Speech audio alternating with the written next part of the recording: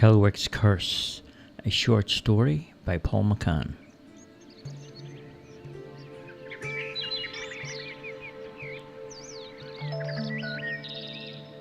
For 100 years, the people of Renmac were happy and content in a small rural community with a population of 10,000 people spread over 3 shires.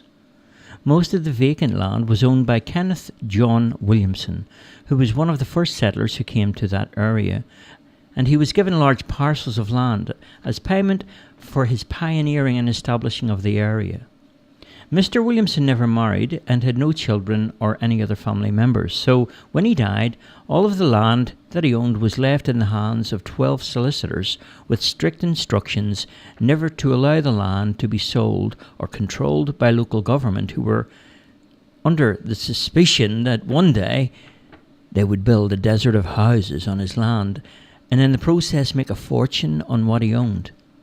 Mr. Williamson was very aware of what could happen, and if the land was not guarded, so he stipulated that the building on the land must fulfill requirements such as schools, football fields, riding tracks for horses, bike paths, nature reserves, swimming pools, and venues for the youth to perform music and drama.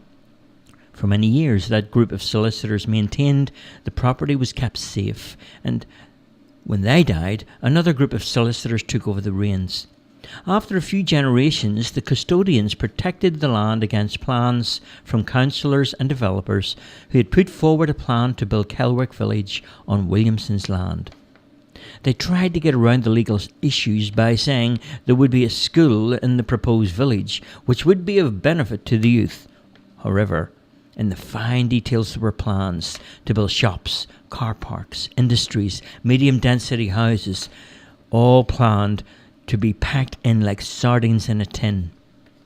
For 60 years, many attempts had been made to get their hands on the land to build Kellwick village, and finally it was approved for development when the council lost millions of dollars on an overseas investment, and now deals were made with solicitors and landlords, builders and developers, government and banks.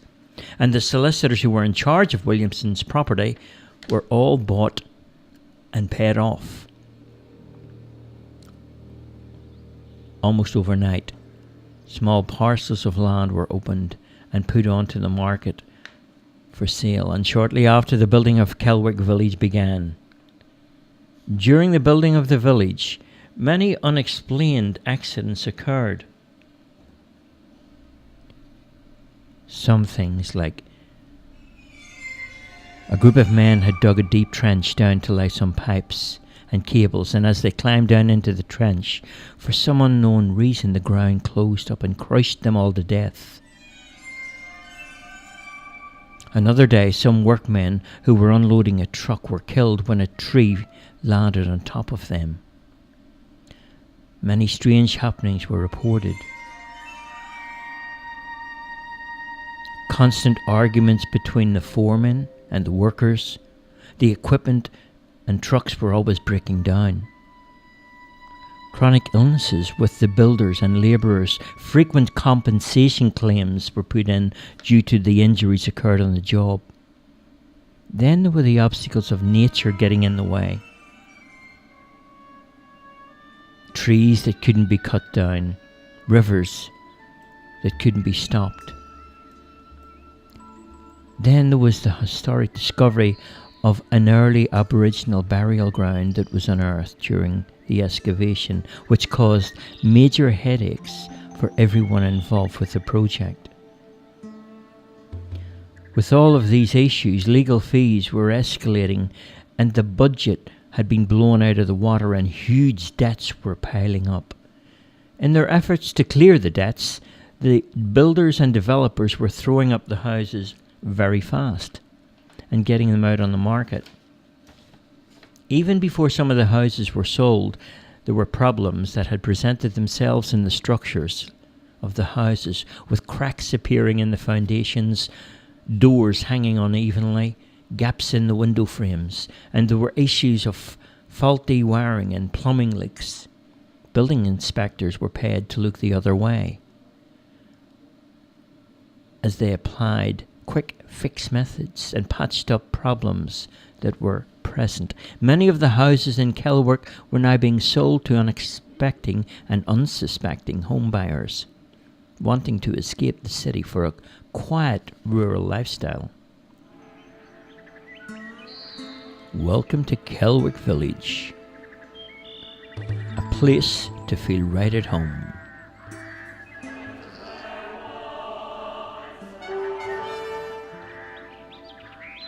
Every week more and more people were arriving into Kellwick. The village was almost finished and was boasting around 1,000 new families. The quiet rural community of Renmac had now disappeared, and the streets of Kellwick and surroundings had become a busy, fast-paced modern society. The daily flow of traffic increased, as did the people in the new supermarkets. There were now 6 of those with their underground car parks, 3 new medical centres and preschools, with brand new high schools and extensions being made to the old established schools around Renmac to accommodate the surge of new students who were now in the region. The exodus had come, and now people were settling in. At this point, strange things started to happen around the streets of Kellwick. Trees were dying. The water in Kell's Creek had turned red. Foxes and ferrets were found inside of homes, raiding pantries for food.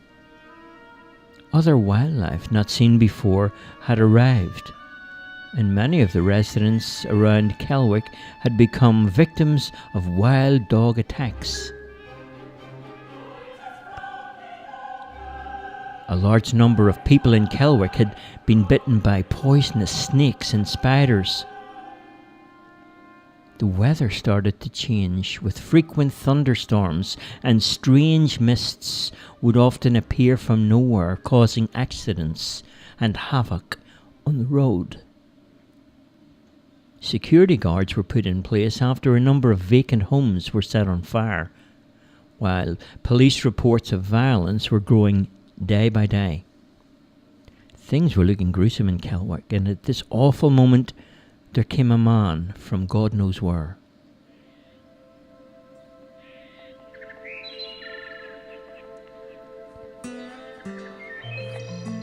The man's name was Grant Mattel.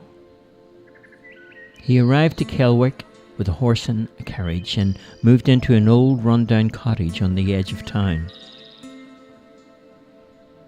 The cottage had once been the homestead of one of the first settlers in the area, and the place was listed as a heritage home, so it couldn't be demolished. It had an unknown deed in the name of Mattel, and no one questioned the stranger about who he was and what was his intentions. After Mattel arrived to Kellwick village, the red water in the creek turned clear, and for a little while life seemed normal. Out of the blue, Grant Mattel called all the residents for an emergency meeting on Friday night in the school hall. The people of the village were intrigued and wanted to know what was going on. On the night in question, most of the families arrived at the school for the meeting. There were around 1,000 people who had gathered for the meeting. As everyone sat in their seats waiting for Mattel, there was an apprehension in the air. And then it happened. Outside, the wind started to blow furiously, and the sound of wild animals crying and howling.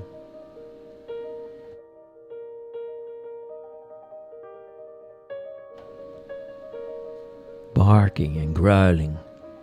There was a screaming and a shrieking, and then all the doors of the school slammed shut by themselves. The lights in the hall started flickering on and off.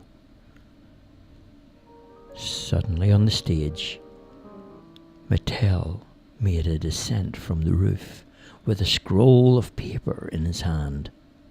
He unwound the scroll of paper and started to read to all of the people who were there. Everyone in the hall were unable to get out of their seats.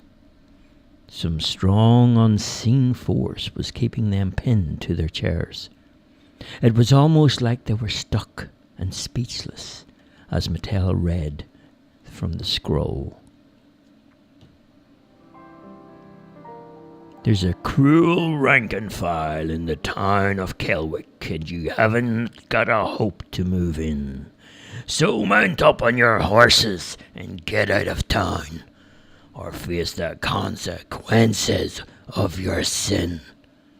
There's too many pokers in the fires of hell, and they come to find you for what you have done. So you all better leave town, or they'll come and take you down to where you wish that you'd never come. It's a long way to Kellwick, but a short way out. And there's no time to be hanging about. So pack up today and get on your way, or else you will find out what hell is all about. Down the wrong road as you leave. Don't look back, or you'll grieve in terror.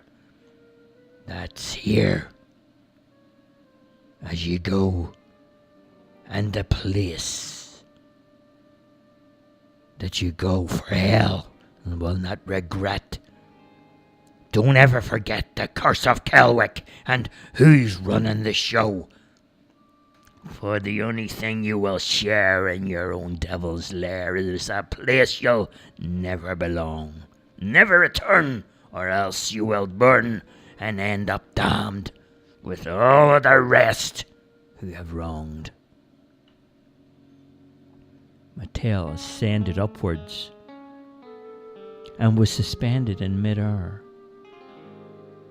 as a fire began on the stage, burning in a leaping of flames beginning to spread, and he shouted, "You are all trespassers here in this Williamson's land." His voice echoed all around the hall, and people sat in fear. He continued, "You have no right to be here. This is your eviction notice, and I want every last one of you off my land. You have 1 week. After that, anyone who remains will have hell to pay."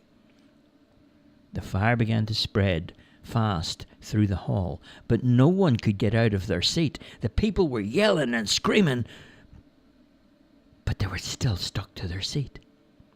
Suddenly the doors flung open, and immediately the people were released from their chairs.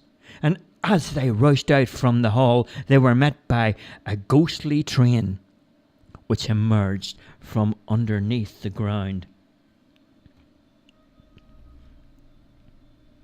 The ghosts got off the train, screaming and howling. Citizens from the underworld began digging, and in the process unearthed the buried remains of aboriginals who rose from their graves and stood there with spears in their hands, screaming for vengeance at being disturbed from their rest.